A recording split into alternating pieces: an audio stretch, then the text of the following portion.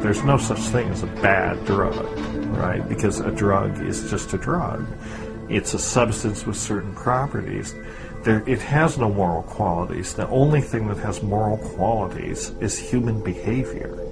And there is lots of bad human behavior with respect to drugs.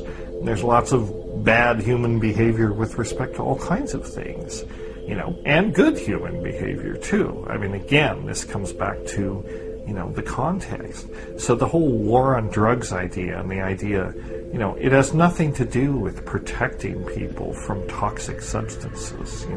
If that were the purpose of the war on drugs, tobacco and alcohol, would be prohibited tomorrow.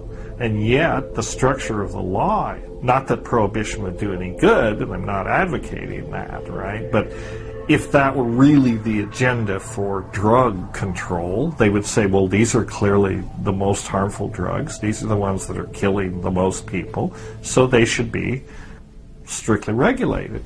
But in fact, the way the law is set up, the FDA is not even allowed to classify tobacco and alcohol as a drug.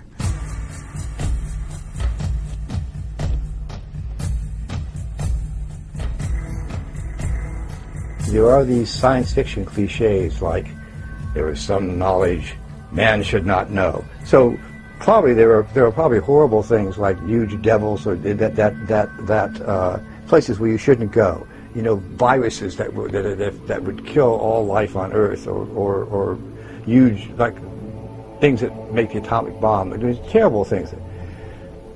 So what does our society has a right to make those things not investigatable by science because they're too dangerous. So our society decides that among those things is marijuana. That scientists should not be able to explore marijuana and MDMA and LSD and these certain molecules because there are things men should not know. And I think as a scientist, that's laughable.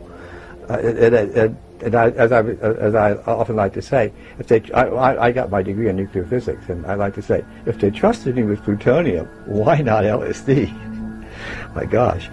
So this makes no sense. So okay, if the war on drugs is not about protecting people from harmful substances, what is it about? Why are all these substances illegal? It's about control.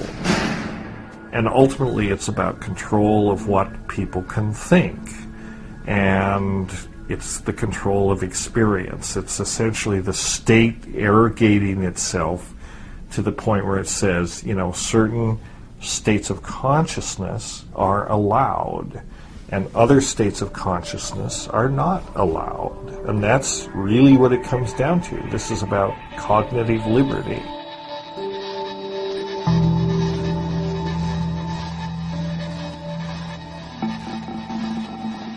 There are these, plants that have these molecules that humans may have used for thousands of years that produce visions and so on, and are often considered to be healing.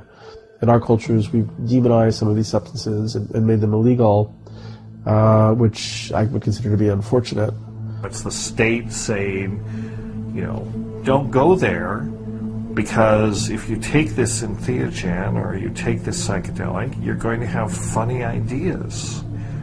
And funny ideas are very dangerous, especially if they don't fit in with, what we're saying should be, kind of the accepted cultural zeitgeist. So that's the danger of psychedelics, is they actually cause people to question the cultural paradigms and say, well, maybe this is not consistent with, maybe the revelations of psychedelics are not consistent with what Hollywood and Wall Street and the government and Main Street and, religions and all these institutions are dishing out. So the war on drugs is really a war on consciousness and who's allowed to think what.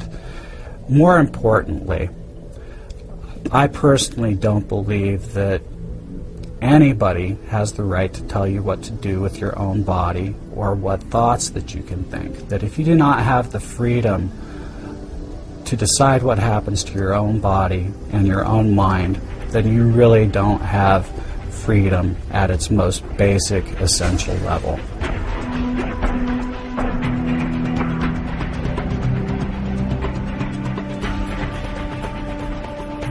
Yeah, I think it's really ridiculous that they won't allow terminal cancer patients to take whatever fucking drug they want. I mean, you can't argue it's going to be, if you're going to die anyway, why can't you take any drug you like? And the extension of that is, once you pass a certain age, I don't know quite what that age should be, you should be able to do anything you fucking want to your body without being prosecuted. So scientists and old people should have free access to any drugs they want. I think I qualify in both counts.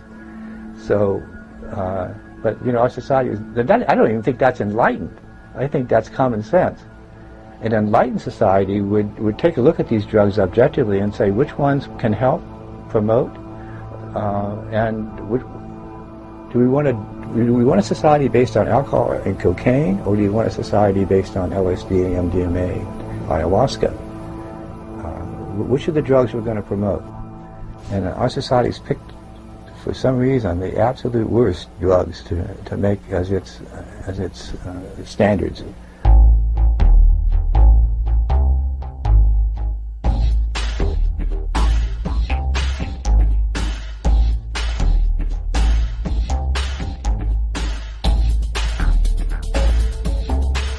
Potentially, psychedelic drugs could be for psychology what the telescope became for the science of astronomy.